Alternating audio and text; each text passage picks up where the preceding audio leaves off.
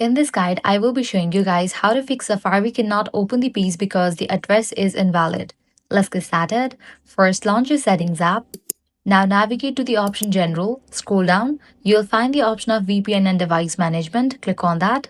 If you see any VPN connected, make sure to turn it off because VPNs can sometimes block or redirect websites incorrectly. Next, go back to Settings. Scroll all the way down, click on the option Apps. From the list of apps, find Safari and launch it. Once you're inside Safari, scroll down. Click on the option Clear History and Website Data. Check in for the option All History. Toggle on for the option Close All Tabs. Click on Clear History and confirm it. This will remove corrupted browsing data that may be causing the issues. Next, go back to Settings again. Click on your Apple ID. Scroll down, navigate to the option iCloud. Once you're over here, scroll down.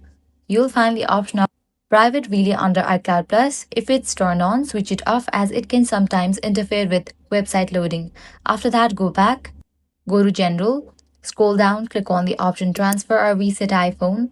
Click on Reset. Now click on Reset Network Settings and complete the process. And that's it. With these steps, you'll be good to go. Your problem will be fixed. If this guide was helpful, do not forget to like, share, and subscribe. Thanks for watching.